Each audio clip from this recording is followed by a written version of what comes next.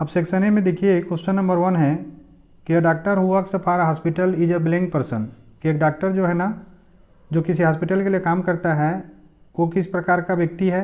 यहाँ पे एक ही जगह में हमको उसको लिखना है। If the same doctor has his own clinic, अगर वो खुद का क्लिनिक रखता है, ही आर सी इज अ, यहाँ पे B fill in the blank है पर्सन, वो कैसा व्यक्ति है। आइडेंटिफाई एंड बी, तो यहाँ पे ए और बी को हमको आइडेंटिफाई करना है। अब इसके आंसर में देखिए कि a doctor who works for a hospital is a wage employed person, ये वो डॉक्टर क्या होगा, एक एम्प्लॉय कर्मचारी होगा जिस हॉस्पिटल के लोग काम कर रहा है। If the same doctor has his own clinic, he or she is self employed, अगर वो खुद की क्लिनिक में काम करता है तो इंटरप्रेनर हो जाएगा, वो ये सेल्फ एम्प्लॉयड हो जाएगा। इसमें क्वेश्चन नंबर 2 है the first step towards entrepreneurship is discovery of a business idea, कि जो पहला कदम होता है उद्यमिता या एंटरप्रेन्योरशिप के लिए वो होता है कि जो बिजनेस आइडिया है उसको खोजना। An entrepreneur comes up with a business idea and thinks about ways to implement it, जो एक उद्यमी या एंटरप्रेन्योर होता है वो बिजनेस आइडिया को लेके आगे आता है और इसको लागू करने के बारे में वो सोचता है। It is about seeking opportunities for a specific type of business and finding ways to commercialise on it, और ये जो है ना एक विशेष प्रकार के मौक़ों का तलाश करना होता है बिजनेस के लिए, और किस प्रकार से इसको व्यावसायिक किया जाए उसके लिए रास्ते तलाशना होता है। क्वेश्चन बोलता है कि what kind of promotional function is this, ये किस प्रकार का जो है ना प्रमोशनल फंक्शन है। अब इसका आंसर 2 में देखिए कि दिस इज आइडिया डिस्कवरी, ये क्या है, आइडिया डिस्कवरी है काइंड ऑफ प्रमोशनल फंक्शन, ये आइडिया डिस्कवरी टाइप का प्रमोशनल फंक्शन है। Basically it is kind of invention in which one can find ways to earn money, एक प्रकार का इन्वेंशन है, खोज है जिसमें आदमी जो है ना कैसे पैसा कमाया जाए उसके बारे में नया जो थॉट है या नया जो प्रोसेस है उसको करता है। क्वेश्चन 3 है कि everyone in the world today is talking about the measures to curb these rising problems, कि हर व्यक्ति जो इस संसार में यही बात कर रहा है कि जो समस्याएं हो रही हैं उनको कैसे हम कंट्रोल करें, कैसे कर्ब करें। There are world summits being organised to find a solution of this global problems, और जो भी ग्लोबल प्रॉब्लम्स हैं जैसे कि ग्लोबल वार्मिंग है इनको दूर करने के लिए वर्ल्ड समिट ऑर्गेनाइज हो रहे हैं। And the solution to this problems is only one, what is this, और इन सभी समस्याओं का एक ही उपाय है, एक ही निदान है, एक ही हल है, वो क्या है यहाँ पे क्वेश्चन में पूछ रहा है, उसका आंसर में लिखना है। अब इसके आंसर 3 में देखिए कि solution of all this global problems is sustainability, ये सारे के सारे जो बेसिक समस्या है ना इनका जो हल है वो क्या है, सस्टेनेबिलिटी है। सस्टेनेबिलिटी मतलब होता है सतत विकास, जिसमें फ्यूचर जनरेशन के लिए भी चीज़ों को हम ध्यान दें। अब क्वेश्चन नंबर 4 है कि to create a sustainable environment we must first blank to use products that may harm the environment, कि अगर हम एक सतत पर्यावरण बनाना चाहते हैं तो सबसे पहले हमको क्या करना है, उन प्रोडक्टों को यूज करना है जो कि इन्वायरमेंट को हार्म कर सकते हैं। ये यूज करना है कि नहीं करना है ना, उसको यहाँ पे फिल इन द ब्लैंक में लिखना है।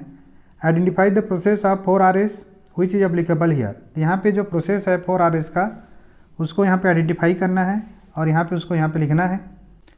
इसमें आंसर 4 है कि we must first refuse to use products that may harm the environment, तो कौन सा RS यहाँ पे यूज हो रहा है, रिफ्यूज, कि सबसे पहले हम उन चीज़ों को मना कर दें उपयोग करने से जो कि इन्वायरमेंट को या पर्यावरण को हानि पहुँचाते हैं। अब देखिए इसमें क्वेश्चन नंबर 5 है if you want to be entrepreneur in future then what quality should you possess among your self to be successful, कि अगर भविष्य में आप एंटरप्रेन्योर बनना चाहते हैं, उद्यमी बनना चाहते हैं, तो कौन कौन सा जो क्वालिटीज़ है ना आप में होना चाहिए ताकि आप अपने आप को सक्सेसफुल कर सकें। तो इसका आंसर इसमें हमको लिखना है। अब आंसर 5 में देखिए कि the basic qualities that I should possess as entrepreneur are, कि मेरे में क्या क्या विशेषताएँ होना चाहिए एक उद्यमी एंटरप्रेन्योर होने के लिए। फर्स्ट है I must believe in my self and should be confident, कि मेरे को सबसे पहले खुद पे भरोसा होना चाहिए और मेरे में आत्मविश्वास होना चाहिए। सेकेंड है I must be patient because I know success will come soon, कि मेरे में धैर्य होना चाहिए क्योंकि मालूम है कि सक्सेस जो है ना मेहनत करने पे आता ही है।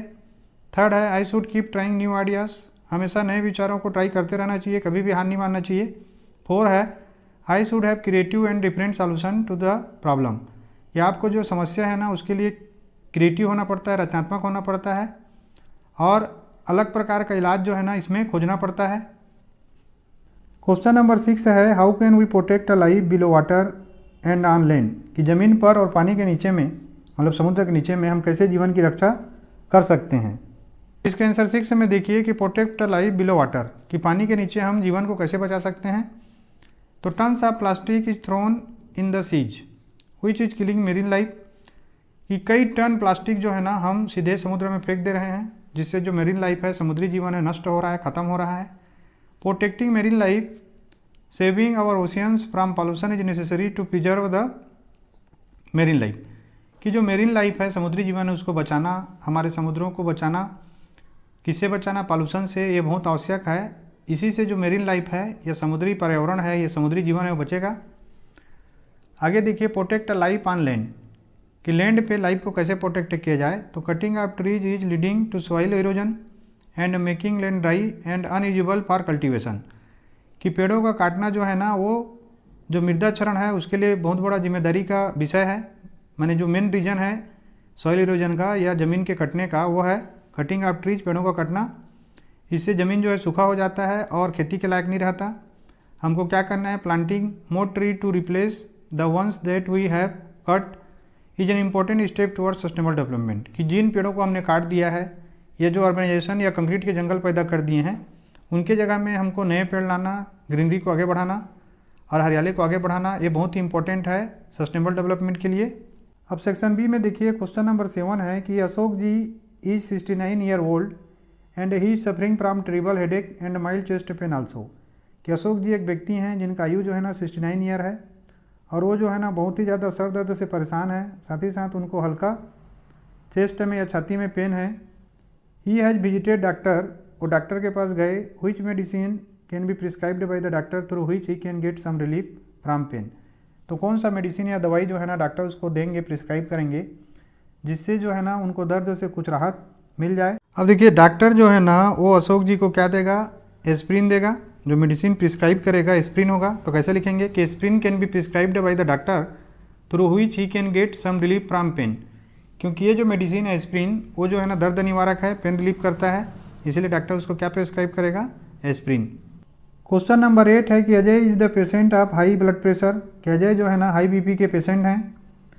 व्हेन ही विजिट्स डॉक्टर, जब वो डॉक्टर के पास गए, he usually use one instrument to measure the blood pressure of Ajay, कि वो आमतौर पे एक उपकरण का उपयोग करते हैं जिससे वो ब्लड प्रेशर अजय का मेजर कर सकें। नेम द इंस्ट्रूमेंट, तो उस इंस्ट्रूमेंट का नाम को यहाँ पे हमको लिखना है। अब इसके आंसर में देखिए कि the instrument use to measure the blood pressure is, कि जो इंस्ट्रूमेंट यूज करेगा ब्लड प्रेशर को या बीपी को मेजर करने के लिए, वो है स्फिगोमैनोमीटर। तो जो स्फिगोमैनोमीटर है, इसको यूज करके डॉक्टर जो है ना वो क्या करेगा? जो ब्लड प्रेशर है ना उसको वो मेजर करेगा।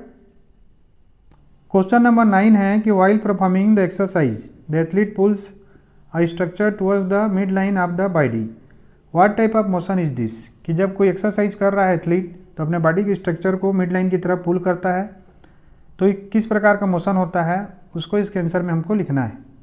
आंसर 9 है कि जो एथलीट अगर अपने बॉडी को पुल करता है मिड लाइन की तरफ से, तो जो मोशन है क्या कहलाता है? कि this is adduction type of motion, ये जो मोशन है ना वो एडक्शन टाइप ऑफ मोशन है। क्वेश्चन 10 है कि name the process through which our body can eliminate the waste products into surrounding tissue by the blood for elimination by organs, कि हमको बॉडी के उस प्रोसेस को यहाँ पे बताना है जिसमें जो वेस्ट प्रोडक्ट होता है ना उसको बॉडी जो है बाहर निकालता है। अब आंसर 10 में देखिए कि कोई भी वेस्ट प्रोडक्ट को बॉडी से बाहर निकालना हम लोग अच्छे से जानते हैं, एक्सक्रेशन कहलाता है। तो कैसे लिखेंगे कि excretion is the process through which our body can eliminate the waste products, कि उत्सर्जन या एक्सक्रेशन के द्वारा ही हमारा बॉडी जो है ना सारे के सारे जो वेस्ट प्रोडक्ट हैं उसको बॉडी से बाहर करता है या ख़त्म करता है, एलिमिनेट करता है। क्वेश्चन नंबर 11 है कि this vitamin is very useful in pregnancy, ये जो विटामिन है बहुत लाभकारी है प्रेगनेंसी के दौरान, गर्भधारण के दौरान। Doctor is usually giving the supplement of this vitamin to pregnant women to resist the birth defects, और डॉक्टर जो है ना आमतौर पे इसका सप्लीमेंट को देते हैं इस विटामिन का प्रेग्नेंट वुमेन को, ताकि जो बर्थ के समय होने वाला डिफेक्ट्स है ना उसको ये रेसिस्ट कर सकें। व्हिच विटामिन इज दिस, ये जो विटामिन जो है ना वो कौन सा है? अब इसके आंसर में देखिए कि जो विटामिन BG है या फोलिक एसिड है ना, ये जो प्रेगनेंसी के दौरान जो वुमेन है अगर वो लेती है, या जो मदर होने वाली वो लेती है, तो वो जो है ना बर्थ डिफेक्ट्स के प्रति उसके अंदर में एक रेसिस्टेंस पैदा हो जाता है। तो क्या लिखेंगे कि विटामिन BG और folic acid vitamin is very useful in pregnancy. Question number 12 है कि to diagnosis the disease of brain and spinal cord sometimes the doctor can advise the patient to go for CT scan. What does it mean? कि बीमारी को दिमाग में और spinal cord की बीमारी को पता करने के लिए डॉक्टर कभी कभी जो है ना वो पेशेंट को एडवाइज करते हैं कि वो CT स्कैन करवाने जाएं। तो उनसे जो है ना इसका क्या मतलब होता है?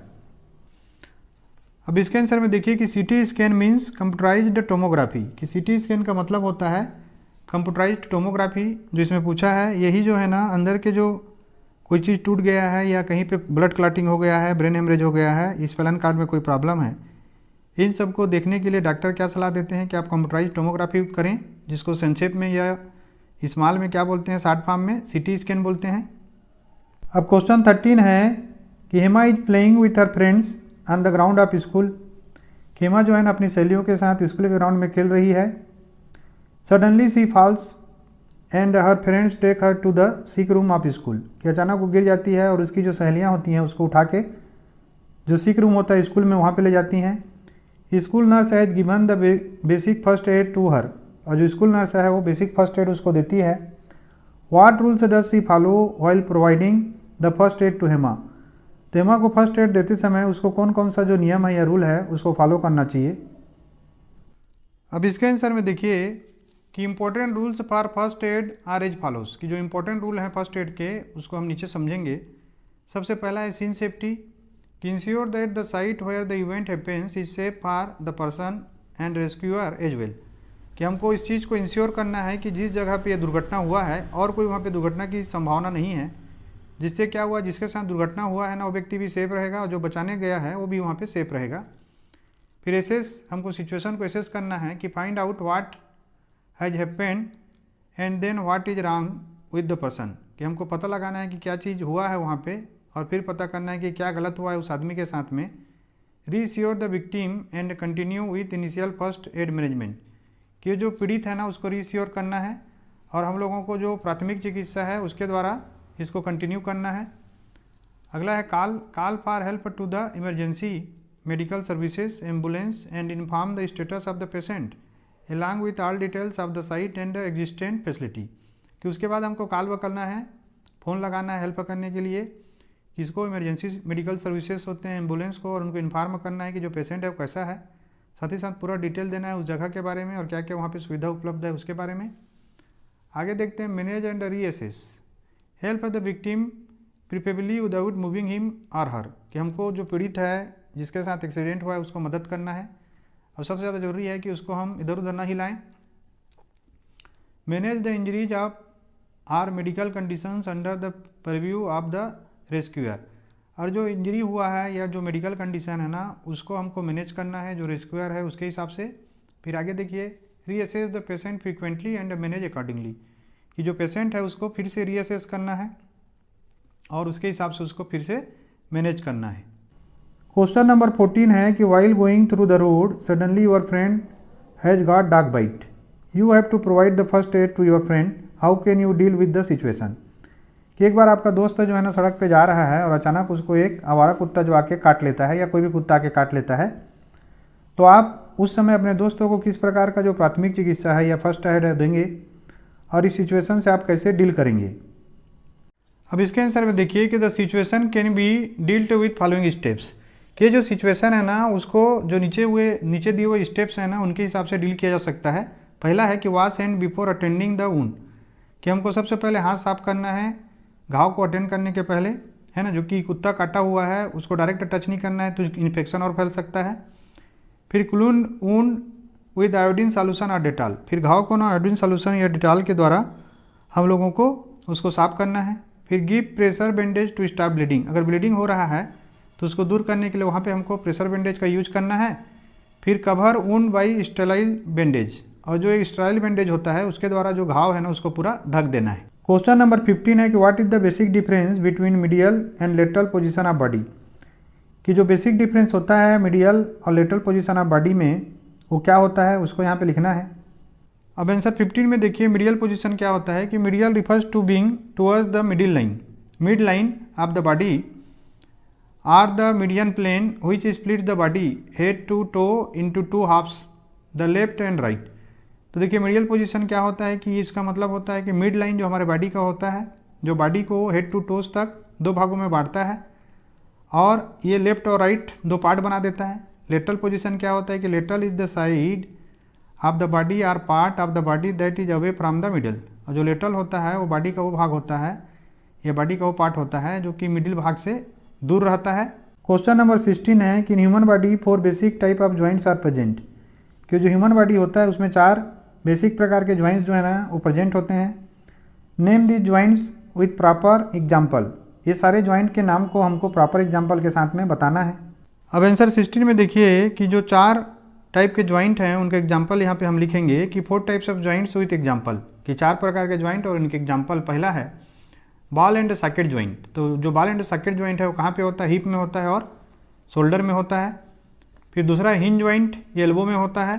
फिर ग्लाइडिंग जॉइंट होता है कार्पल एट रिस्ट, रिस्ट में कार्पल में होता है। और जो पिवट जॉइंट होता है ना वो रेडियस एंड उल्ना में होता है। क्वेश्चन 17 है कि Jeevan is working as professional who takes care of all emergency situation in hospital. कि जो जीवन है ना वो एक प्रोफेशनल की तरह काम कर रहा है जो कि सारे इमरजेंसी सिचुएशन को एक अस्पताल में, हॉस्पिटल में उसको केयर करता है। How does he respond to emergency calls. कि जो इमरजेंसी कॉल आते हैं उसके पास उसको कैसे उसको रिस्पॉन्ड करना चाहिए, कैसे उससे उसको मैनेज करना चाहिए।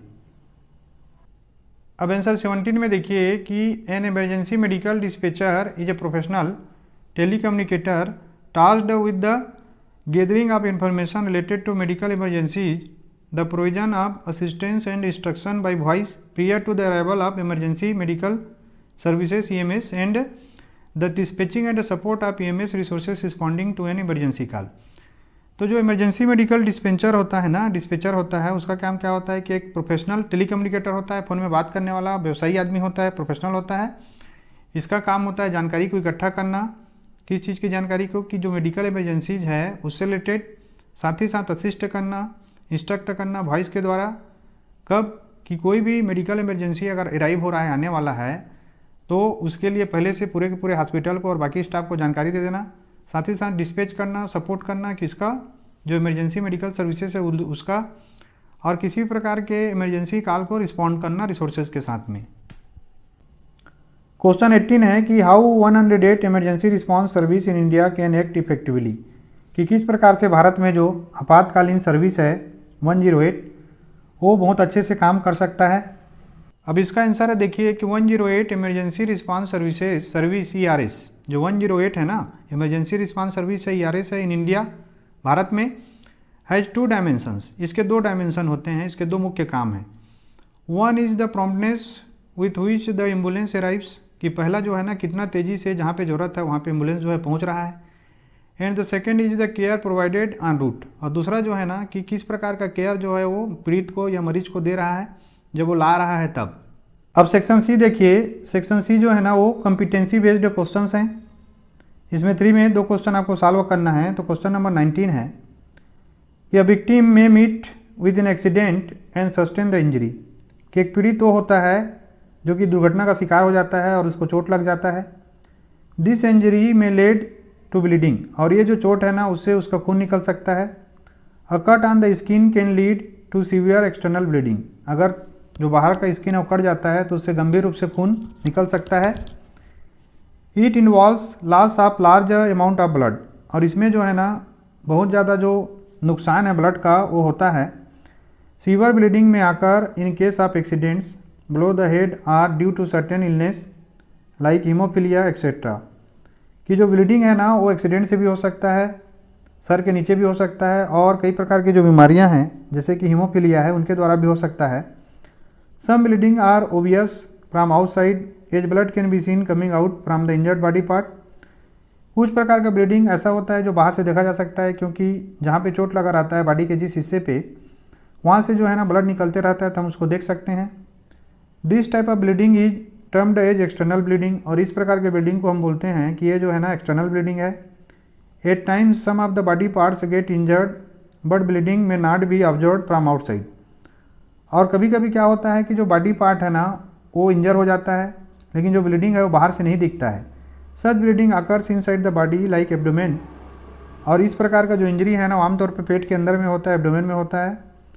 This is termed as internal bleeding. और इसको क्या बोलते हैं? इसको बोलते हैं इंटरनल ब्लीडिंग या आंतरिक ब्लीडिंग। तो इसमें देखिए क्वेश्चन नंबर ए है कि व्हाट इज एक्सटर्नल ब्लीडिंग। ये जो एक्सटर्नल ब्लीडिंग है या बाह्य ब्लीडिंग है वो क्या है? अब देखिए इसका आंसर का फर्स्ट जो है ना कि एक्सटर्नल ब्लीडिंग क्या है उसको कैसे समझाएंगे हम लोग, कैसे लिखेंगे कि after the victim gets injured if the blood can be seen coming out from the injured body part then this type of bleeding can be called as external bleeding. कि अगर विक्टिम को इंजरी लगता है, चोट लग जाता है और खून जो है ना बाहर निकलता हुआ दिखता है, जो चोटिल बॉडी का पार्ट है या इंजर्ड बॉडी पार्ट है वहाँ से, तो इस प्रकार के ब्लीडिंग को हम लोग एक्सटर्नल ब्लीडिंग बोलते हैं। क्वेश्चन नंबर बी है कि how can you deal with external bleeding while providing first aid. कि फर्स्ट एड देते समय आप जो है ना जो बाह्य ब्लीडिंग है, एक्सटर्नल ब्लीडिंग है, उससे कैसे डील करेंगे। अब देखिए क्वेश्चन नंबर 2 में पूछता है कि हम लोग कैसे डील करेंगे, एक्सटर्नल ब्लीडिंग को फर्स्ट एड कैसे देंगे। तो इसका आंसर लिखेंगे कि external profuse bleeding can be managed with direct pressure using a clean cloth. कि जो बाहर से ब्लीडिंग या खून निकल रहा है ना उसको मैनेज किया जा सकता है कि डायरेक्ट दबा दें हम लोग एक साफ कपड़े से। In case wound is not actively bleeding the area needs to be washed with soap and water. कि अगर खून जो है ना बराबर नहीं निकल रहा है, ज़्यादा मात्रा में ब्लीडिंग नहीं हो रहा है, तो उस जगह को ज़रूरत पड़ता है साबुन से और पानी से धोने का। After cleaning cover it with clean cloth, और उसको साफ करने के बाद इसको हमको ढक देना चाहिए एक साफ कपड़े से।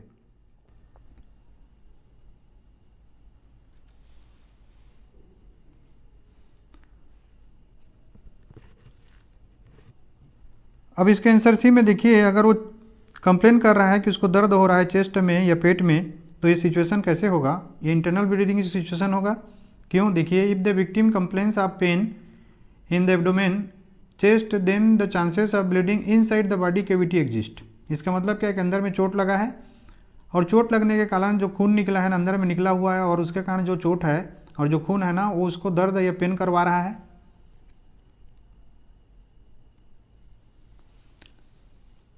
अब देखिए क्वेश्चन डी में पूछ रहा है कि अगर जो विक्टिम है अनकॉन्शियस या बेहोश हो गया है तो फर्स्ट एड हम कैसे देना चाहिए उसको।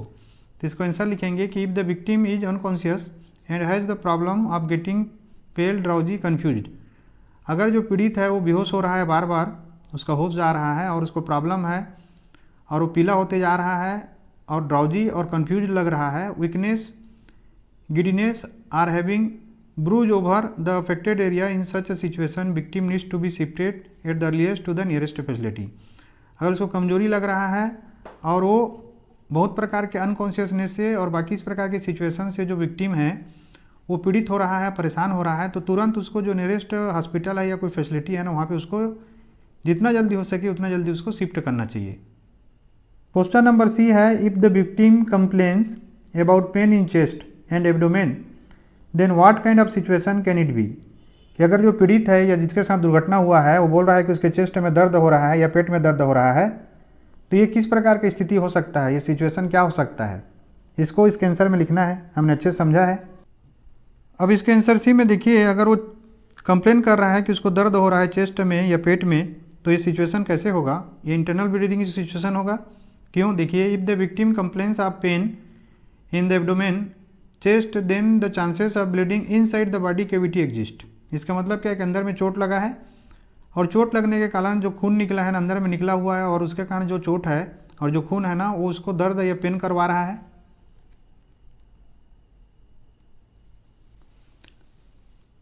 अब देखिए क्वेश्चन डी में पूछ रहा है कि अगर जो विक्टिम है अनकॉन्शियस या बेहोश हो गया है तो फर्स्ट एड हम कैसे देना चाहिए उसको। तो इसको आंसर लिखेंगे कि if the victim is unconscious and has the problem of getting pale drowsy confused.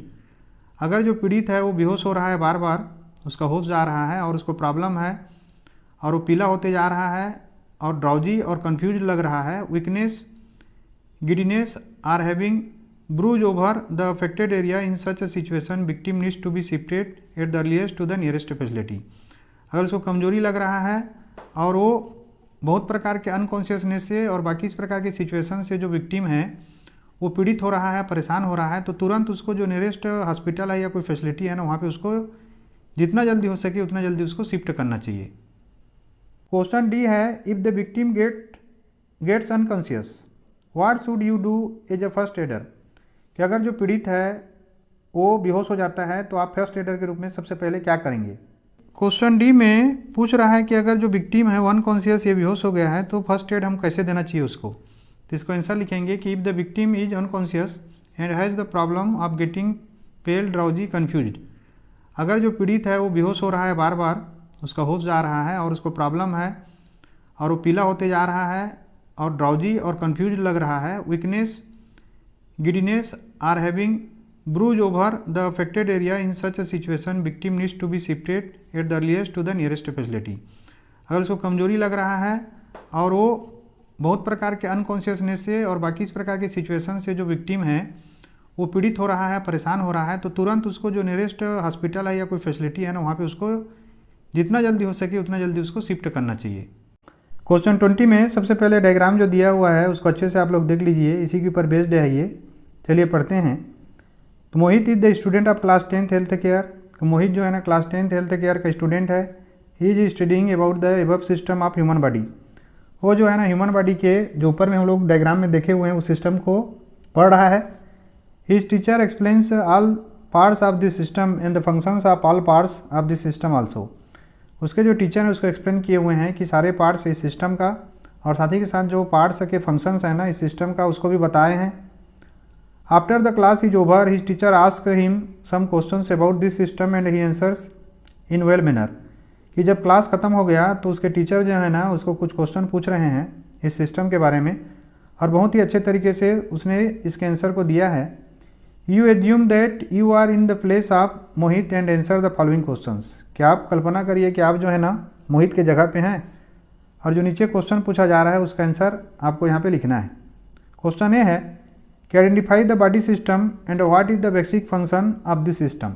ये जो बॉडी सिस्टम हम लोग देखे हैं यहाँ पे इसको बताना है कि कौन सा सिस्टम है और इसका जो बेसिक काम है ना वो क्या है।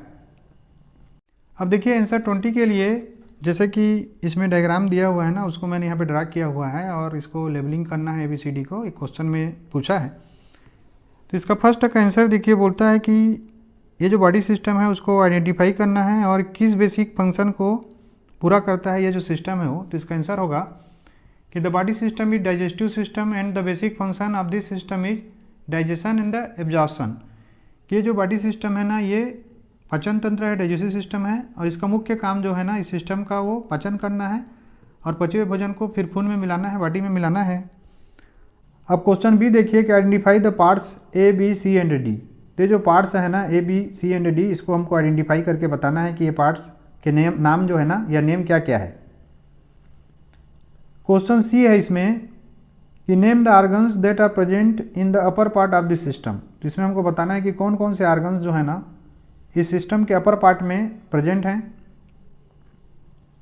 इसमें क्वेश्चन डी है name the organs that are present in the lower part of this system, कि वो कौन कौन से ऑर्गन्स हैं जो कि सिस्टम के लोअर पार्ट में जो है ना वो प्रेजेंट हैं, उसको यहाँ पे हमको लिखना है। अब देखिए उसके बाद जो ABCD पार्ट यहाँ पे हमने मार्किंग करके रखा हुआ है ना उसको आइडेंटिफाई करना है। तो देखिए यहाँ पे A क्या है, A ओसेफेगस है, ओसोफेगस, B जो है स्टोमक है और C जो है ना स्मॉल इंटेस्टाइन है और D जो है ना लार्ज इंटेस्टाइन है। फिर से दोहरा लेते हैं। तो ये क्या है यहाँ पे ओसोफेगस है, B स्टोमक है, C जो है ना स्मॉल इंटेस्टाइन है और D जो है ना वो लार्ज इंटेस्टाइन है। क्वेश्चन C है इसमें कि name the organs that are present in the upper part of this system. तो इसमें हमको बताना है कि कौन कौन से ऑर्गन्स जो है ना इस सिस्टम के अपर पार्ट में प्रेजेंट हैं।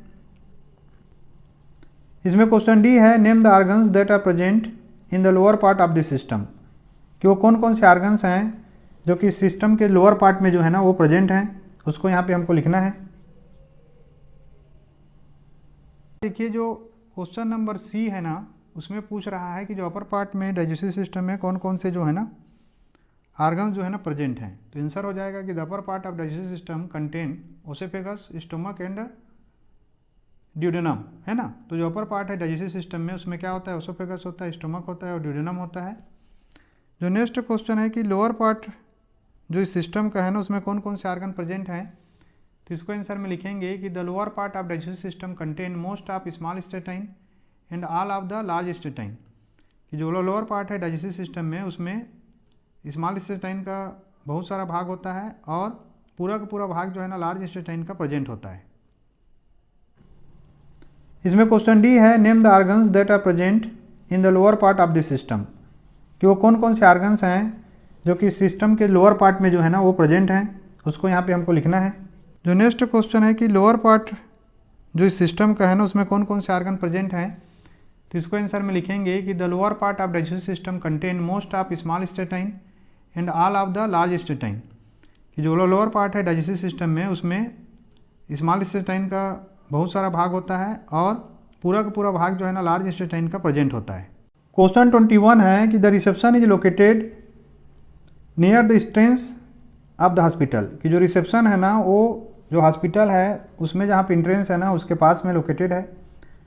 The receptionist at the reception centre handle all visitors inquiries, direct visitors to the public relations officer and coordinate with other hospitals. जो रिसेप्शनिस्ट है ना वो रिसेप्शन सेंटर पे सारे के सारे विजिटर्स की इंक्वायरी को हैंडल करती है या करता है, और जो पब्लिक रिलेशन ऑफिसर्स है ना वहाँ तक विजिटर्स को डायरेक्ट करता है, कोऑर्डिनेट करता है और बाकी हॉस्पिटल के साथ में उसका तालमेल बना के रखता है। और sufficient number of reception staff and the receptionist should be there for assisting the patient and relatives, तो वहाँ पे जो है ना सफिशिएंट नंबर में जो रिसेप्शन स्टाफ है और जो रिसेप्शनिस्ट है वो प्रेजेंट है, ताकि जो पेशेंट है उनके जो रिश्तेदार हैं ना उनको कोई प्रॉब्लम ना हो। द हॉस्पिटल रिसेप्शन फंक्शंस 24/7, और जो हॉस्पिटल का रिसेप्शन है ना वो 24/7 काम करता है। If it is not functioning during the night an alternative arrangement is made to provide services to the clients, अगर ये जो है ना रात को काम नहीं कर रहा है या नहीं करता है तो एक दूसरा उपाय या दूसरा अरेंजमेंट जो है ना जो क्लाइंट्स हैं उनको सर्विस देने के लिए बनाया गया रहता है। The size of the reception area and facilities depends on the size of the hospital and the number of visitors and patients, जो रिसेप्शन एरिया है ना उसका जो साइज है और जो फैसिलिटी है वो डिपेंड करता है कि हॉस्पिटल कितना बड़ा है और उसमें जो नंबर ऑफ विजिटर्स हैं पेशेंट्स हैं ना वो कितने हैं। तो इसमें क्वेश्चन नंबर ए है कि write down the full form of PRO, कि हमको बताना है कि जो PRO है ना उसका फुल फॉर्म क्या होता है। अब इसके आंसर ए में देखिए कि जो फुल फॉर्म होता है PRO का क्या लिखेंगे उसके आंसर में कि the full form of PRO is public relations officer, कि PRO का फुल फॉर्म होता है पब्लिक रिलेशंस ऑफिसर।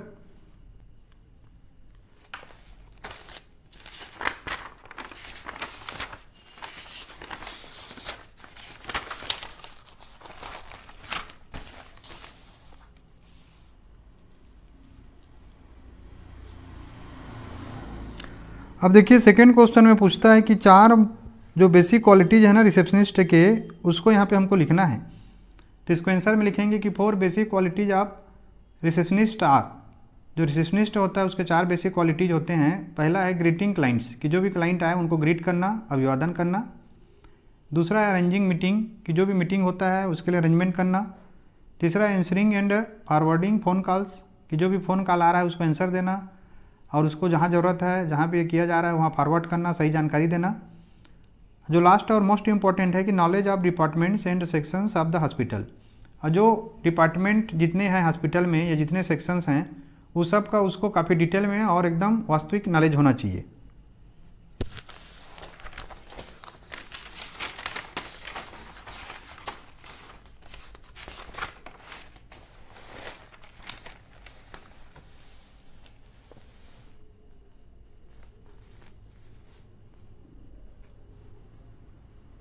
अब इसके आंसर में देखिए कि जो रोल और फंक्शन रिसेप्शनिस्ट प्ले करता है ना वो कैसे हैं।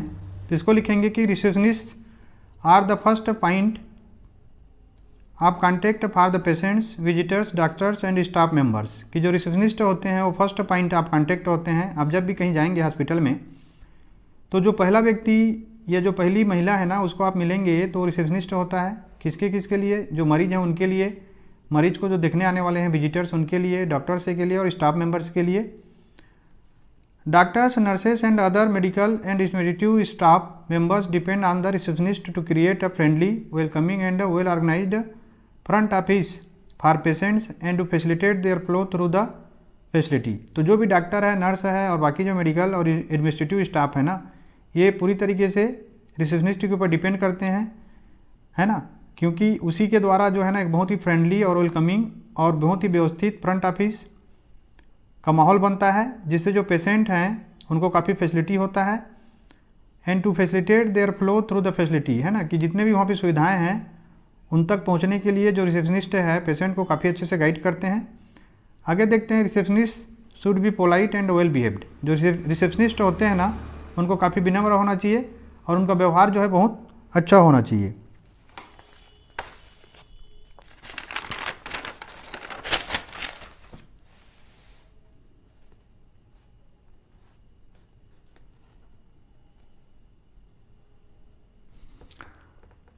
अब इसमें देखिए इसके आंसर डी में कि 4 physical setup of reception counter. तो 4 प्रकार के जो रिसेप्शन काउंटर है ना, वो किस प्रकार के होते हैं। देखिए कि the following are the part of reception counter, कि जो रिसेप्शन काउंटर के 4 प्रकार या 4 भाग इस प्रकार से हैं। पहला है रिसेप्शन डेस्क, जो रिसेप्शन का डेस्क होता है पहला पार्ट है उसका।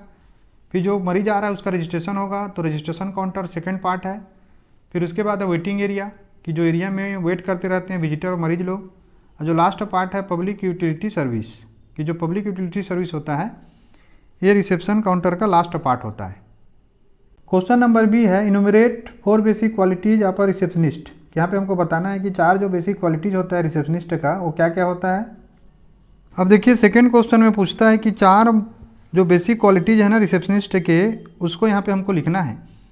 तो इसको आंसर में लिखेंगे कि 4 basic qualities of receptionist are. जो रिसेप्शनिस्ट होता है उसके 4 बेसिक क्वालिटीज होते हैं। पहला है ग्रीटिंग क्लाइंट्स, कि जो भी क्लाइंट आए उनको ग्रीट करना, अभिवादन करना। दूसरा है अरेंजिंग मीटिंग, कि जो भी मीटिंग होता है उसके लिए अरेंजमेंट करना। तीसरा है answering and forwarding phone calls, कि जो भी फ़ोन कॉल आ रहा है उसको आंसर देना और उसको जहाँ ज़रूरत है, जहाँ पे किया जा रहा है वहाँ फॉरवर्ड करना, सही जानकारी देना। जो लास्ट और मोस्ट इम्पॉर्टेंट है कि knowledge of departments and sections of the hospital. और जो डिपार्टमेंट जितने हैं हॉस्पिटल में या जितने सेक्शंस हैं उस सब का उसको काफ़ी डिटेल में और एकदम वास्तविक नॉलेज होना चाहिए। क्वेश्चन नंबर सी है कि what role and function is played by receptionist. जो रिसेप्शनिस्ट होता है वो कौन सा रोल को प्ले करता है या कौन कौन सा फंक्शन को वो पूरा करता है।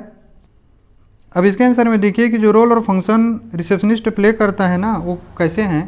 तो इसको लिखेंगे कि receptionist are the first point of contact for the patients, visitors, doctors and staff members. कि जो रिसेप्शनिस्ट होते हैं वो फर्स्ट पॉइंट आप कॉन्टेक्ट होते हैं। आप जब भी कहीं जाएंगे हॉस्पिटल में तो जो पहला व्यक्ति या जो पहली महिला है ना उसको आप मिलेंगे तो रिसेप्शनिस्ट होता है। किसके लिए, जो मरीज हैं उनके लिए, मरीज को जो देखने आने वाले हैं विजिटर्स उनके लिए, डॉक्टर्स के लिए और स्टाफ मेंबर्स के लिए।